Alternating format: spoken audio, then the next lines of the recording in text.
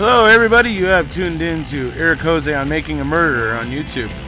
I cover virtually any aspect of making a murderer. I go over the evidence, the documents, the photos. So if you like, stay tuned, and in the future I'll have many more videos besides the one you're about to see. Hello everybody, how you doing today? For those of you who are waiting for the second half of me and Paul talking, that is going to be coming soon, but that's not what I'm talking about today. Today, I wanted to talk about, I got a couple comments on my channel recently that I was just like, let's just set a few things straight. Let's just make a few things really kind of clear, particularly about me, particularly about Eric Jose and what this channel kind of represents. So, I had this comment from somebody who was questioning whether or not I consider, think about, or anything regarding Teresa. This person suggested that not a care, not a thought, a word, or anything is given to Teresa. Now, has this person gone to my 200 videos and seen that that's obviously not true? I don't talk about Teresa all the time,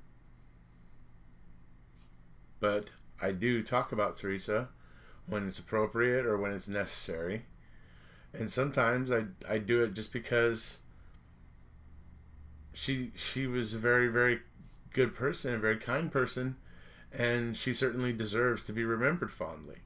But putting that aside, this person is suggesting that I have no care for Teresa. Well, here's some advice I think I want to go ahead and give to this person. If you're going to come onto somebody's channel and accuse them of that, you might want to just check at least one thing. If you're not going to do your homework and check and see if the person actually is guilty of what you're accusing them of, if you're not going to go and look at what the work that they've made and see whether or not the words that you're saying are true, then you should at the very least, go and look and make sure you get Teresa Halbach's name correct. Because even after editing, you still got it wrong. But the main point I want to make is, if you're going to come on my channel and go ahead and hurl these accusations, at least make sure you get the name right. Okay, here we go. So, a little advice, people. Don't be this person.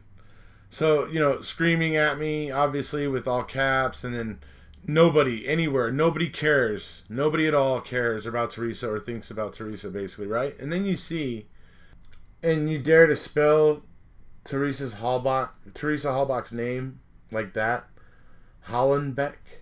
I mean, it's like, so, people, don't be this person. Now here, the person comes back and not one single word, mention, or thought anywhere, and then they get the Halbach spelling correct, but they didn't remove the H from Teresa, so it's like they still got it wrong. They came back and corrected it, but still got it wrong. Yeah, so you see that bit there about speaking volumes? Yeah. You know what speaks volumes? Is you coming onto my channel and making assumptions about me and spelling Teresa's name wrong twice. Two-time loser. Her first name doesn't have an H in it. Okay? And you would think that when you went back and caught whoever the person is, you would have think they would have went back, and when they caught their mistake on Halbach, they would have also seen, oh wait, there's a mistake here too, and they would have removed the H. But no, they were just more concerned about telling me how wrong I was. Well, I'm so wrong, but I'm the one here correcting you, whomever you are. So this is the kind of stuff that cracks me up. You want to come here and try and tell me that I'm not taking things into consideration, or I'm not considering, things, or whatever. Like, for instance, here, that I don't consider Teresa or care for Teresa at all. Absolutely untrue. It's absolutely untrue. And, you know, that's basically just seeing that the person that comes in here and can't argue the facts of the case and decides to make a comment trying to try to claim that I don't care about Teresa, instead of like trying to argue, you know, the points and whatever it was in the video that they found to be, that got them so riled up that they wanted to accuse me of not caring about Teresa. Instead of arguing with me about that, I get this whole accusation of I don't care about Teresa. So, hey, if you're, all I'm asking is if you're going to do that, at least make sure you're spelling her name right. All right? Teresa deserves that. She deserves for you, if you're going to be, you know, using her against me, she deserves for you to spell her name right. Okay? Alrighty. Now we're going to move on to the next bit. The next bit is somebody else who was asking me whether or not I've considered all of the evidence in this case. Yeah. 200 videos in now, 2 years in. I've looked at everything from a lot of different angles, a lot of different sides. I'm pretty decided on where I stand at this point. But, hey, this guy wants to talk about evidence? Alright, let's talk about some of it. Alright, he starts out with a doozy. It's people like you who cause people to be wrongfully convicted. People like me that cause me. Okay, alright, well, whatever. We'll move forward. You want to talk about something being biased? What about your biased point of view? Are you refusing to see all the evidence that there is? ... I had to pull this from notifications because this person, and I guess, ended up deleting their statement. But they wanted to talk about the evidence, apparently. And I have no issue with that. I'll talk about the evidence. I've talked about it so much. I mean, this guy could probably go back and find my videos and see everything I've said about all the various pieces of evidence. But let's do a Cliff Notes version real quick.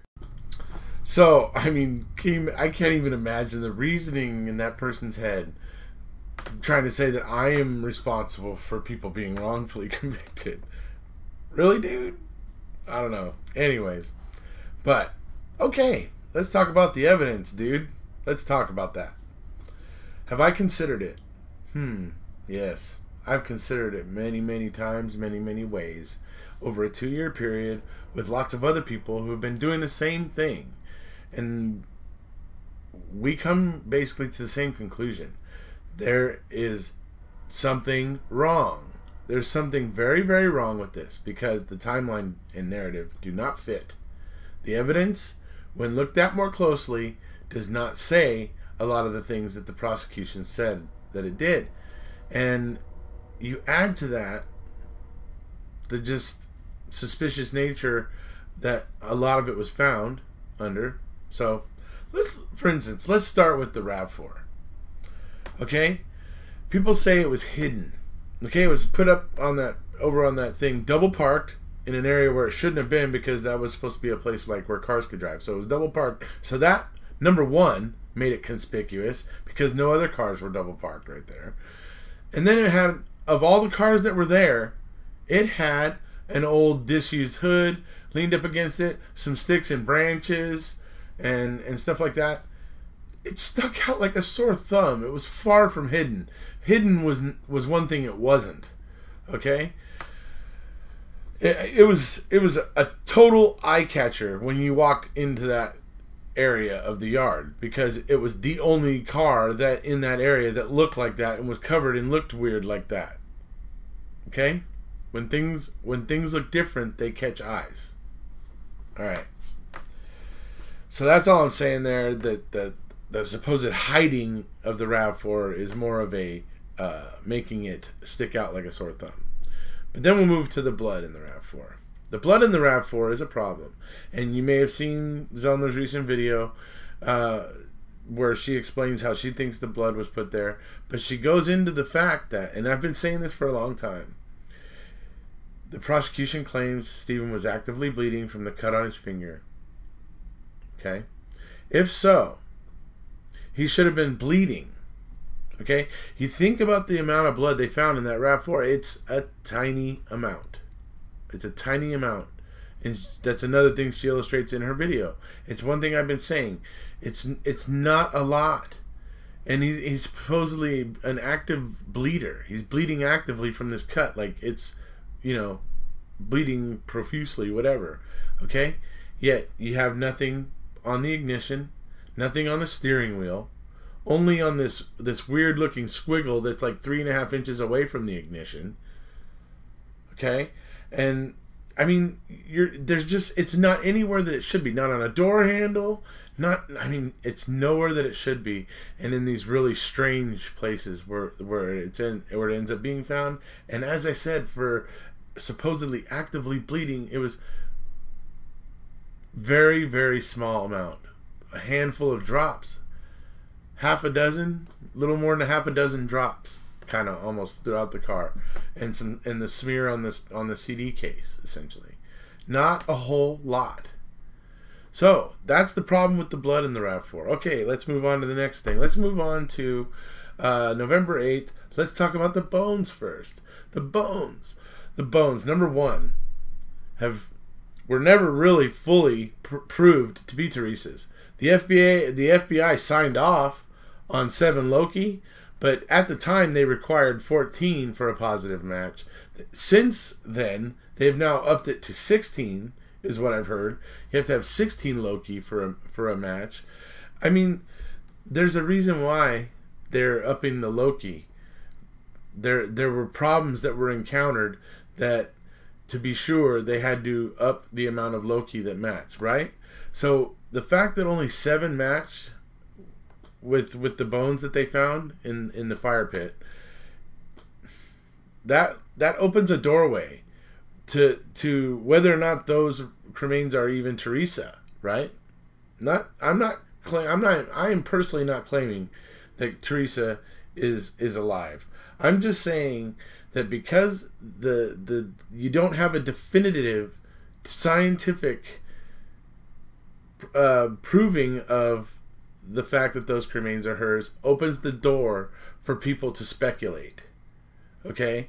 So it is an issue. And quite frankly, I mean, why did the FBI sign off on 7 Loki? I mean, I don't know. It doesn't make sense to me. So you have that. Then you have the fact that every expert in the trial that testified about the bones claimed that the bones moved. Okay? Now, it's only the prosecution, obviously, Dr. Leslie Eisenberg, who claims that bones moved from the fire pit to the Yonda burn barrel. What? Why? How does that happen? I mean, and I've said this before many times. I can imagine some critters that lived there on the Avery salvage yard could have if Stephen Avery's burn pit was the actual burn site, which I don't believe it was. If it was, I can imagine, okay, fine, some critters there on the Avery salvage yard could have dragged some bones out of that burn pit and drug them, say, over to the quarry pile and whatever. But no critter there is going to be dragging bones into a burn barrel. They might try to drag bones out of it, but I do not in a million years see any kind of critter trying to drag bones into the burn barrel. So how do you explain that? It doesn't make any sense that bones move from that way. I mean, so there you go. But no matter what, you have all the experts saying bones moved. Okay, when you have a consensus on the fact that bones moved, then you know there's something there. There's something odd there. Whatever the discrepancy, obviously the prosecution wants to say it was minor and bones just moved to the barrel. No, it's more likely that the barrel was used to transport the bones to the fire pit. By someone or by whoever, wherever they were collected from. So who knows? But the fact is that bones were moved. That's one thing you can't deny. Then you move on to the key. All right, this key that has none of Teresa's DNA on it. It's her key. It's her key. She owned it. You know, it's her own key, and when you own a key, it builds up your DNA on it. It builds up your skin, oils and stuff on it or whatever. It ends up having your DNA on it.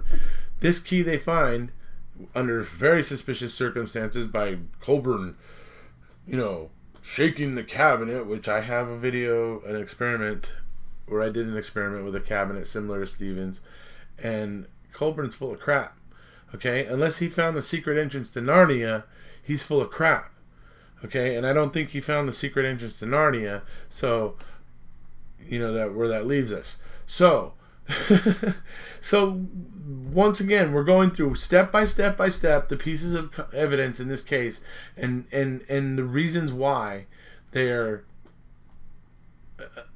why I personally can't really put much stock in any of them, because when you go one by one, you find problems with every bit. With every single one of them, you find every single piece of evidence that you look at in this case, you find some issue where you're going, why is that? What is going on there? And then, here, which brings us to our next point. The supposed brutal rape. Okay? This brutal, horrible raping and killing that was happening in the trailer. Yet there's not a single shred of any kind of a hint of proof of it. Not a strand of Teresa's hair anywhere. Not anything of Teresa anywhere. Nowhere.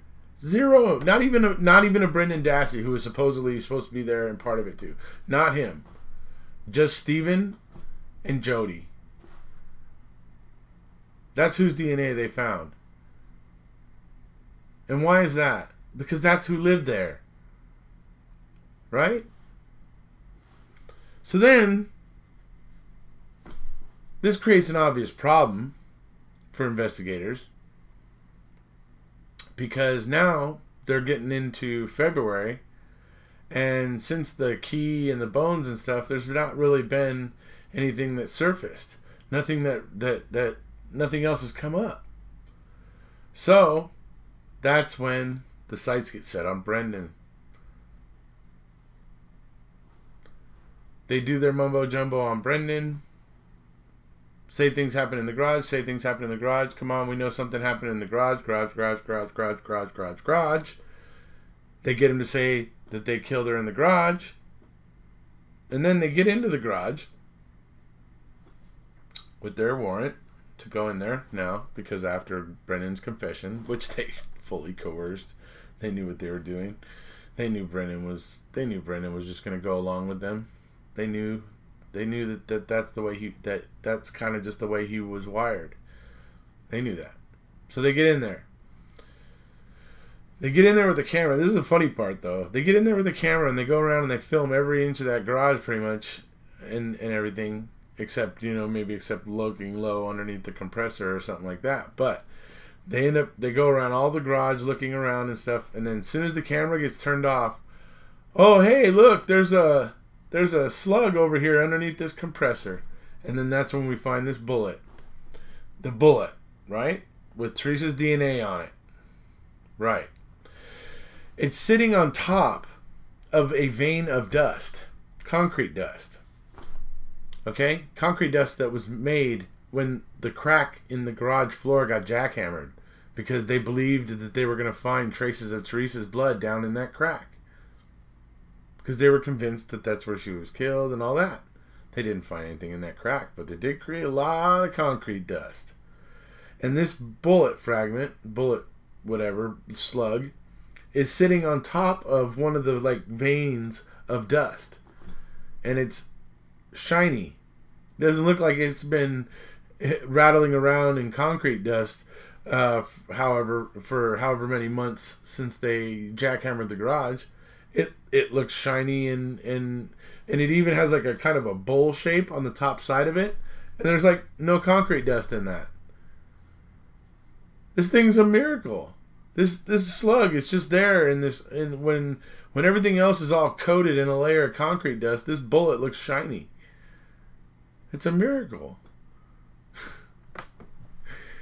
So we can go on and on and on and on through the evidence in this case, and why it all just, I mean, you just find that every piece of it has some taint of dishonesty about it, or just the fact, or something about the way, or just the way it was found. Various little things that make pretty much every single piece of evidence. I mean, and they have nothing really clear other than Stephen's blood in the RAV4. That very minute amount in the RAV4. Other than that, there's not really any hardcore evidence. The key, like, it doesn't matter, because all the evidence has its issues. Like I said, Colburn never found the secret entrance to Narnia. Okay, that just didn't happen. And that key, it didn't just pop out of that cabinet.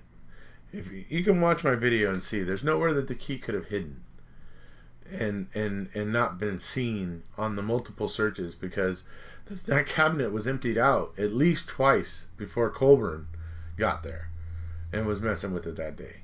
So somebody was looking around that cabinet and everything, and looking on the back side of that cabinet and everything they were, looking inside of it and all that stuff, and nobody ever saw this key.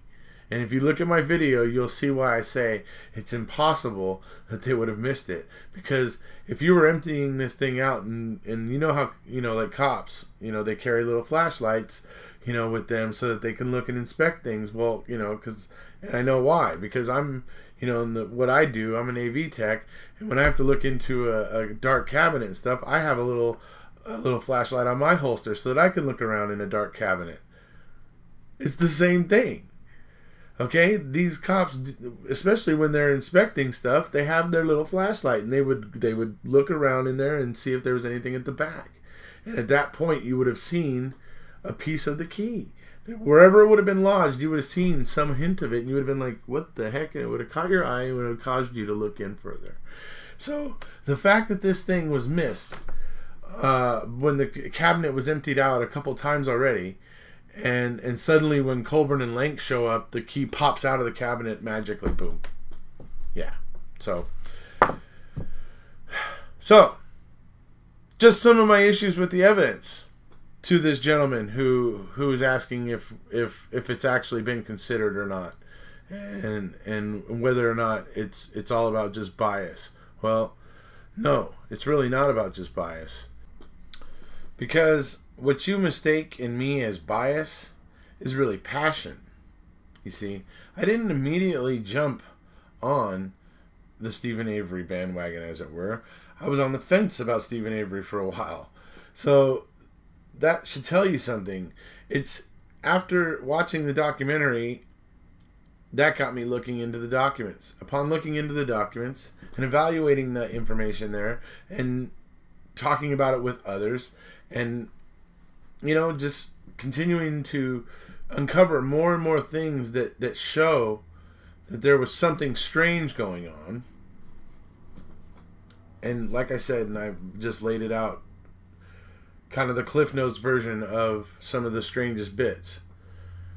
But yeah, we got in and we looked into the documents, and what we found, actually, we realized that there's far more disturbing things than what the documentary showed. There are more things that are pretty kind of alarming that weren't in the documentary. So that's kind of my personal feeling about it. So that's my answer to those who would ask, have you really considered all the evidence? Yes, I looked at it many times from many different angles, and will continue to do so moving into the future. So that's about it for this video, folks. Just wanted to respond and clear up a few things and get a few things clear. Like I said, it's always good to just get a few things clear, So we'll see you. If you haven't already, please hit subscribe.